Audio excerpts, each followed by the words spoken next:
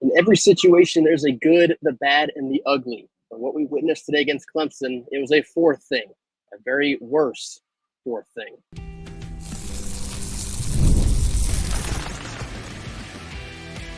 You are Locked On Wolfpack, your daily podcast on the NC State Wolfpack, part of the Locked On Podcast Network, your team every day.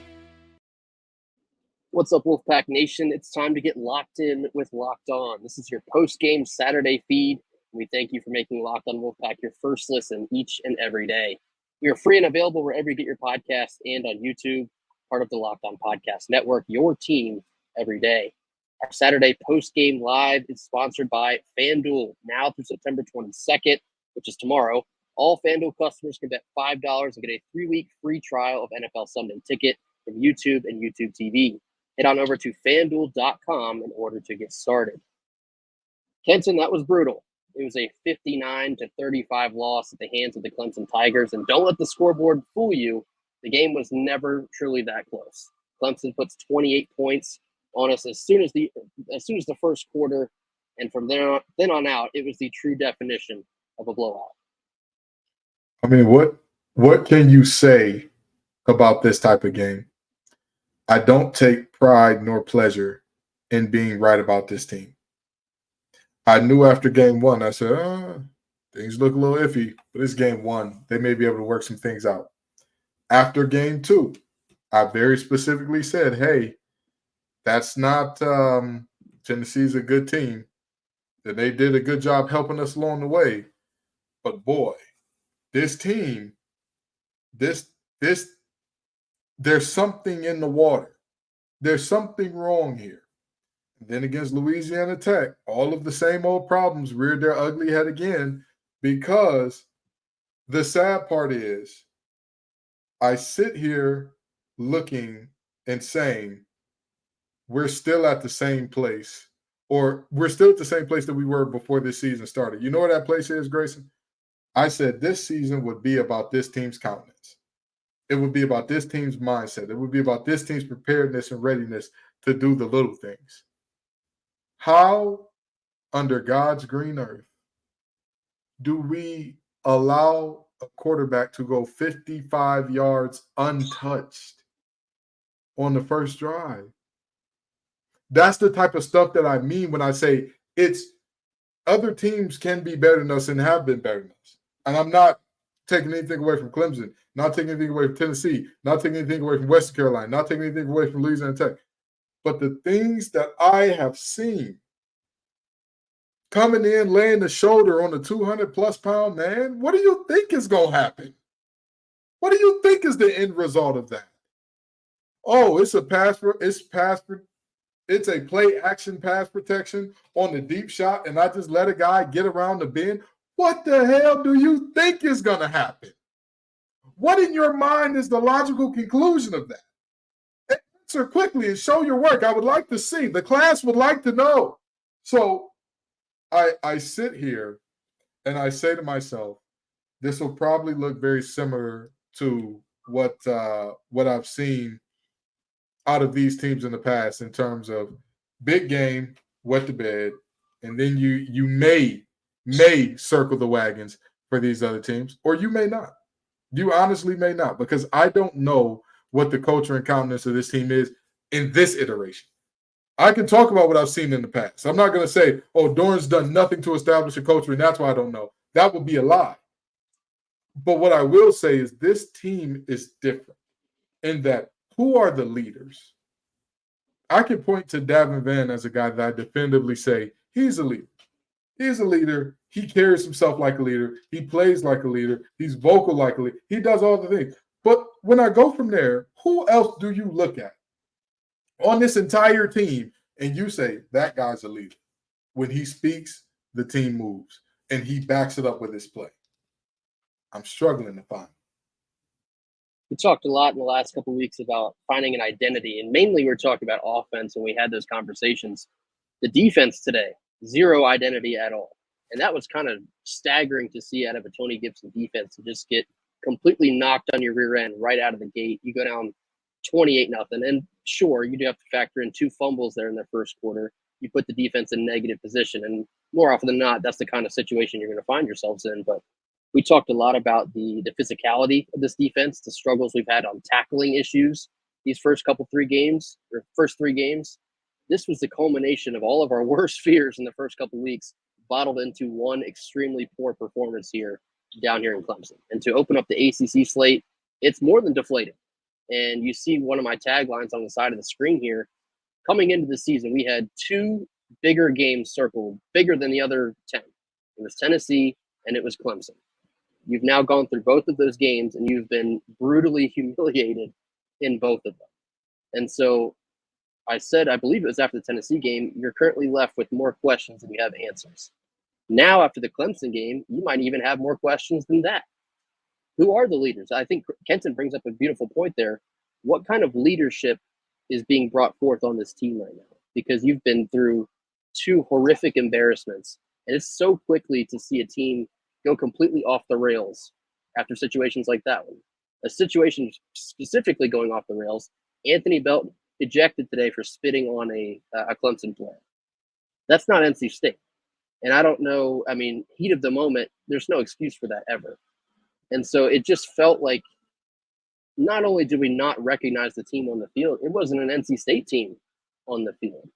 And so that I think is one of the tougher pills to swallow after just getting completely boat raced here on Saturday. And so, yeah, you want to look big picture the rest of the season. I don't think you can look big picture. You have to stay focused one game at a time because you have so many issues. You can't afford to get ahead of yourself. And there are two things I want to get into. Number one of the comments says, remember when Gibbs blamed the Tennessee loss on McCall? Did you listen to the show? Do you need to go back and listen again? Do you need to go back and listen again? Because I'm pretty sure I said that no part of this team was good enough in that game. I'm pretty sure I said that. And this is what I mean. We've said this time and time again, and I need to reiterate this again. This is not about the other teams. This is not about one player with NC State. And I love Grayson. That's my brother right there. If you don't see the resemblance, I'm sorry for you.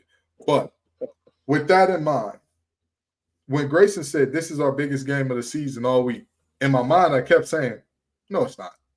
No, it's not. Because if you have an ACC championship in mind, yes, it would have been.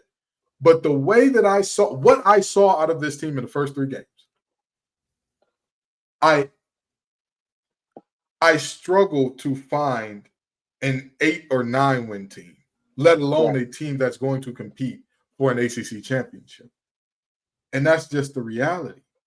That's just the reality. I would have loved for this game to feel meaningful to our season. It didn't. It honestly, and I don't mean that as in the players didn't play like it was meaningful. I mean, coming into this game, I knew this ain't gonna go well, and we are not there as a team. I knew the fact that we are having problems with basic run fits. One of the first keys to run defense, and I guarantee you, dollars to donuts, right? Anybody who knows me knows I'm more than willing to change my opinion if new information is presented. More than willing. But I'm willing to bet you this. When we go back and watch the film, especially on that 55-yarder from Klubnik, I guarantee you we find at least 2 defenders in the same gap, possibly 4. When you cannot get the basics of run fits down. Run fits are day one stuff of defensive install. What do I mean by that? In the first day of camp, before you get into the wonky blitzes and all that, before you get into the third and long packs, you get into, hey, on this play, this is your guy. You are here. You are here. You are here. If they go here, you will feel here. If they pull here, you will feel here. And yet I know for a fact, based on how that play developed and the fact that he went untouched, that's what happened. Because it'd be different if he had to break a tackle in the hole. Then that's, hey, you were in position, just make the play. We are constantly being out-leveraged defensively. We are not getting there with the right attitude to bring ball carriers down defensively. Offensively, the offensive line is Jekyll and Hyde. And Grayson was there in person. I watched while I was at work finishing something up. And the announcer, I believe it's McElroy, said this offensive line had moments where they could open up holes against the first team defense, but then they just have moments where they're completely off the rails against the third and fourth stringers. Now, I've said that the offensive line has been inconsistent. Grayson said that the offensive line has been inconsistent. Greg McElroy said the offensive line is inconsistent. At this point, I feel like my mama at parent-teacher conference. Everybody can't be lying on you. Everybody's not telling the exact same lie on you. So I walk away from this. I disagree, Grayson. I don't have more questions than answers. I think I have answers. They're just not favorable. They're just not favorable. And people are going to tell me, Kenton, that is Clemson and that is Tennessee. They're on a different level. I refuse to buy that. Because, again, guys are on a different level when you're in position. It's just a playmaker from the other team makes a play that's like, hey, you tip your cap. I think it's the other team when you show up with a bad attitude, when you show up and do everything to wrap up, and it's just like, hey, that kid's going to be playing on Sundays, man. Hey, sometimes they just do a thing, and you ain't got nothing for it. I have watched this team time and time again struggle with the most basic thing. Struggle with the most basic blitz pickups, struggle with the most basic run fits, struggle to make tackles when there are multiple guys there, struggle to secure the ball when you have it in your hands already.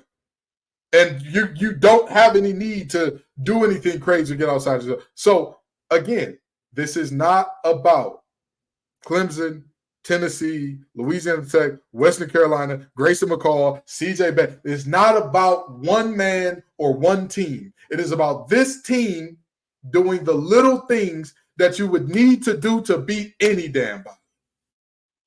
Yeah, no disagreement here for me. And you mentioned that Klubnik touchdown, he went untouched. You could argue that the majority of the touchdowns Clemson scored today were untouched, or maybe it was like one quick little arm tackle broken and then it's off to the races.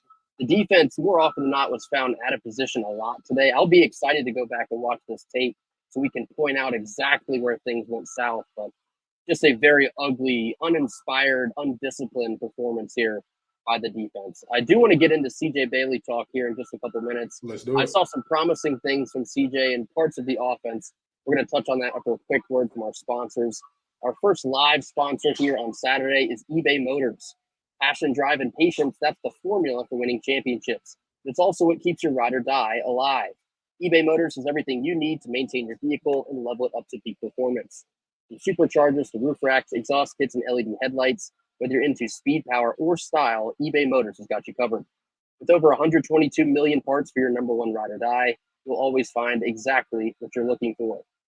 It's easy to make your car the MVP and bring home huge wins when you're using eBay Motors. Keep your ride or die alive at ebaymotors.com. Eligible items only, exclusions apply. All right, I do want to start discussing CJ Bailey here because I do, in all honesty, think he was pretty much the lone bright spot of NC State's performance here against Clemson. Finished 16 of 25, 204 yards, one touchdown. It was the screen out of the backfield of Jordan Waters. He did throw a pick, and it did go for a pick six. That was probably the one blemish, I'd say, in his stat sheet. I don't know if I think the throw was just too short. Regardless, I liked what I saw from CJ today. And kind of what we talked about coming out of the Louisiana Tech game, he showed that propensity to stretch the field a little bit with his arm talent. He even did that today against Clemson. I think early in that game, you saw the quick passing game. It was working.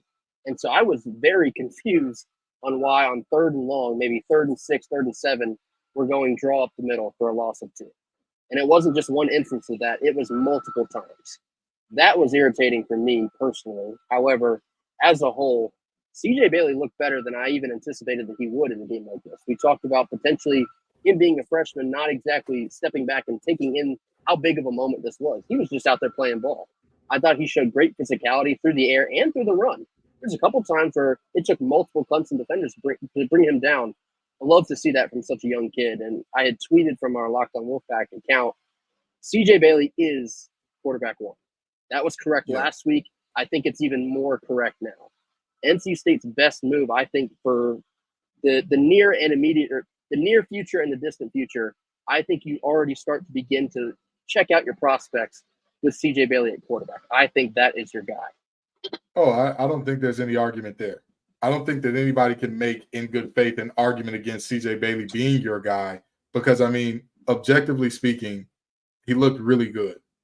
Now, you and I both said he was going to make a freshman mistake, which he did.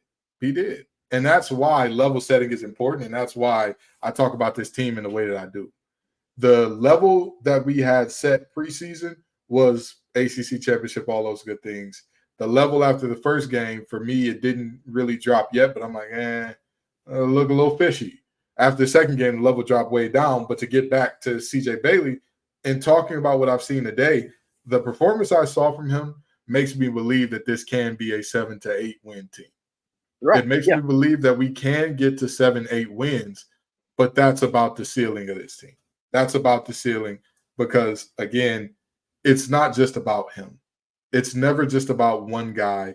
It's about multiple parts coming together to do enough to win a football game. And he would have to play heroic Superman ball to get this team to where they need to be in an ACC championship. I don't feel comfortable trusting a freshman doing that. The offensive line, when they gave him clean pockets and all that, he, for the most part, made good decisions, made the right read. Nye put him in good positions by and large to, make good decisions, hit open guys and all that.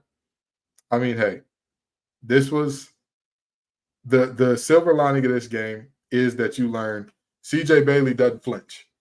He doesn't flinch. He didn't get there and wet the bed or piss down his leg. He showed up. Unfortunately, it is a full team effort. It's a full team effort. In the same way that I talked about Grayson McCall earlier in terms of, hey, he was doing things that he was a net negative. I would say CJ Bailey was a net positive. On the flip side of that, I would say he was a net positive. But again, this is a full team thing. It's just good that the most important position is no longer net negative. I'll stick on the topic of net positives. There are few, but there are a couple we need to point out. Terrell Anderson, I thought looked pretty good. And yes, I understand it's garbage time and the weight of the situation is much different, but Terrell Anderson had a couple catches. He broke off that one quick move back to the outside, took that in for a touchdown. I thought that was impressive. Hollywood Smothers finally got into the end zone. I was very happy to see him get himself one. That's a kid that's been through a lot here in the last couple of years. Finally gets into the end zone. Both overdue in general the last 2 years, but also this season. I think we should definitely be seeing a whole lot more of Hollywood moving forward.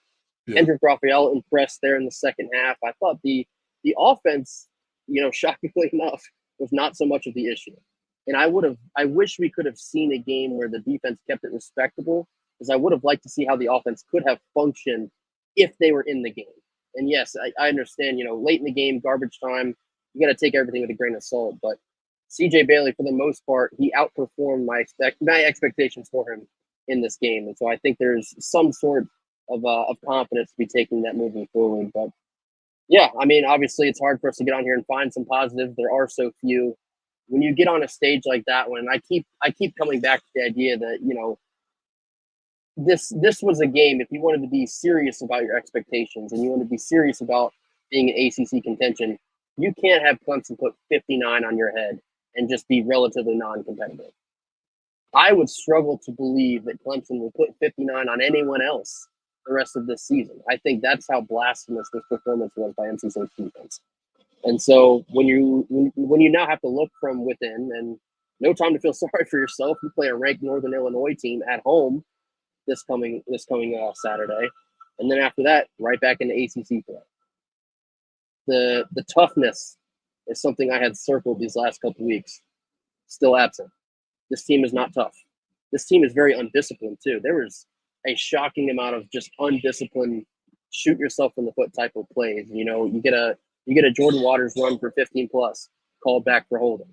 You get multiple just back-breaking penalties. I already talked about Belton getting thrown out for spitting on a player. Just undisciplined across the board. And that's before you even get into the X's and O's from the defensive line, the linebacker, the secondary, some of the play today. Just brutal. The defense as a whole was a net. I was going to say 0. I think that'd be a lie. It was a net negative today. They looked absolutely lost. I want to say something there. I want to comment on something you said there. You said that there aren't many silver linings to be found, but one of them is all throughout the comments here. One of the net positives of this game, and this is going to sound facetious, but I'm being dead serious, is that folks have reset their expectations now. Folks now understand what this team is, and I'm not saying this is a net positive for NC State as in the team. I'm saying it is a net positive for if you are a fan, if you are somebody who watches and enjoys this team, what do you expect from this team when the only 2 Power 5 teams that you've played so far this year, there has been a combined score of 110-45? What do you expect? What can you expect? Again, I said 7-8 wins is their ceiling at this point. Everything breaks right. Everything goes good. You don't get hurt. That's your ceiling. Because, again, consistency from the offensive line, not there. Consistent leadership, not there. Our seniors are ejected for spitting. And then even the guys who are playing, there are multiple guys that I'm looking at like, this isn't you. You haven't played like this in years. And so, hey, you've got to walk away from this game being very honest with yourself about where this team is right now. You have to walk away from this game with a firm grasp on, and again, I'm not somebody that's trying to recruit people into a doom and gloom clue. That's not crew. That's not what I'm trying to do. But what I am trying to do is say, listen, we got to be honest with where this team is. And somebody told me nobody switches their opinion faster than you. Well, if there's information that tells me to switch it, if I believe my car is the fastest on the block and I drive a Honda Accord and everybody else's car is worse than mine, then somebody comes over here with a Hellcat. Guess what just happened to my opinion on how fast my car is? Objectively speaking, this team needs to get up off the mat. You have been knocked on your ass twice. You have had 2 different teams come in and put belt to your behind twice. At this point in time, you have to get up. You have to be tough because, again, there is not a single position group that I would say when they're rolling at their best clip, they're not good. There's one that I would say is, even when they're rolling at their best clip, there's not one that I would say is bad. Every single position group has shown flashes of what they could be. It's time to lock in and get mentally tough and show consistency. And if not, I agree with everybody in the comments, play the young guys. If it continues to where every ACC game, every game against a P4 looks terrible, play the young guys. Go ahead, play the young guys. At least build for the future. I think that's one of the most damning, points of evidence you can point to. You're 4 games in and everybody's like, well, we need to get all the young guys experience, get all the young guys rep. Let's see what the depth pieces look like. 4 games into the season. I think that'll tell you a lot about what kind of football team you're currently looking at is. One more quick ad read before we get you out of here to enjoy the rest of your weekend. Second live ad is FanDuel. You've heard us talk a lot about FanDuel, but that's because it's America's #1 sports book. Right now through September 22nd, which is tomorrow, all FanDuel customers can bet $5 and get a 3-week free trial of NFL Sunday Ticket from YouTube and YouTube TV. Then with the YouTube TV base plan, you'll be able to watch every regular season Sunday afternoon out-of-market game. All you need is a Google account and a current form of payment, and if you choose, you can cancel anytime. Head on over to FanDuel.com and download America's #1 sportsbook. All right, last couple minutes here before we get you out of here. 59-35 loss. Clemson just boat races NC State. It was never close. Clemson jumped out to that 28-0 first quarter. And after that, you can already kind of smell the depth pieces having to come in here. We talked about CJ Bailey, pretty much the lone bright spot outside of a couple skill players as well. We did see legacy Lex Thomas come into the game there at the very end. He threw that touchdown to Terrell Anderson. I saw a tweet by our guy Schnitty. He said that all three Thomas brothers have now scored a touchdown in NC State uniform. That's probably the best thing that you could read in all of NC State sports today, outside of the basketball commitment landed by Coach Keats as well. That's how, there you go. We're talking about a basketball commitment on a post-game football feed. That is how bad we currently feel about this performance today. I'm really not sure if you could phrase it any better than that. Yeah, I mean, at the end of the day, maybe we need Steve Smith to call us a basketball school to start the season off. Bring him out. Maybe we need somebody to sit here and disrespect us, to start the season off, because again, we're left with this feeling again. And here's something that I'm gonna tell y'all, and I mean this very genuinely. This was the quietest pre-production Grayson and I have ever had. Very little chatter. It was literally just like us looking at our phones, looking at whatever's going on, waiting to get ready for the show. And again, Grace and I love each other. We could talk about paint drying and have a good time. You know what I mean? That's how we are. But when you come to a big game again, and you are blown out again, it is non-competitive again.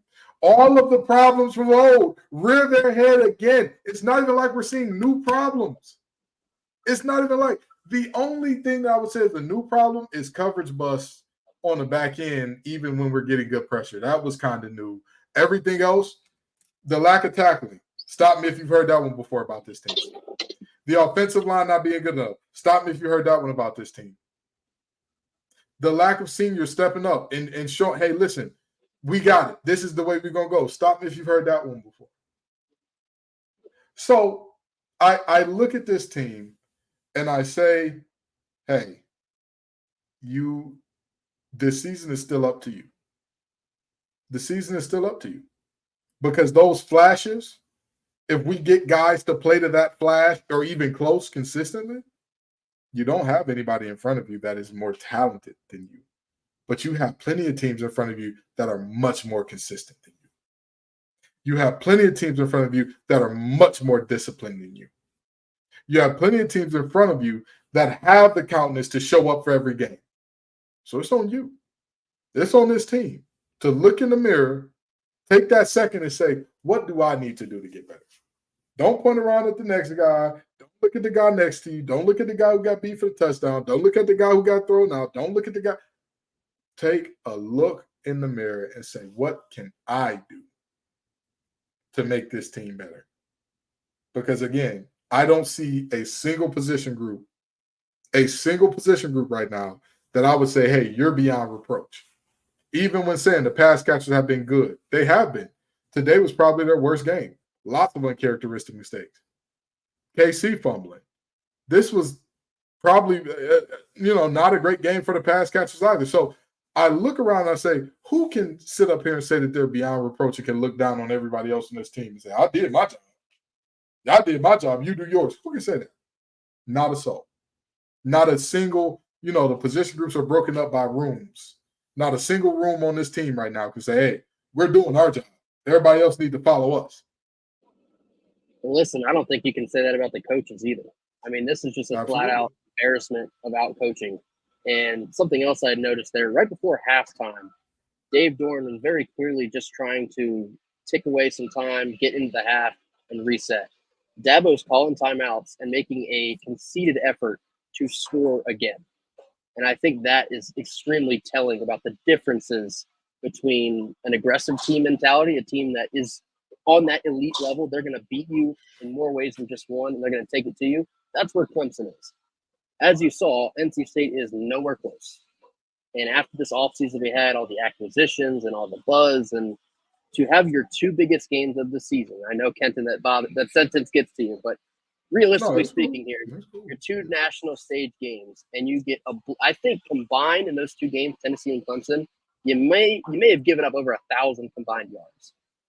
Just think about that for a second. 1,000 combined yards in those two games. That can't ever happen. You will never be taken seriously. You can't ever expect your program to reach the next level, because those are the programs that are at that next level. And you see where we stack up currently against teams like that. So very humbling experience for the second time this season. We talked a lot about that Duke game last year, how humbling that one was. The same two questions that I posed back then need to be posed now. One, what kind of team do you want to be? And two, what kind of season do you want to have?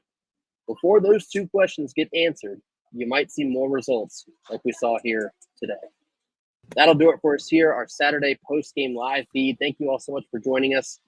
NC State gets obliterated at the hands of the Clemson Tigers, 59-35. We'll have more for you on Monday, our big picture takeaways.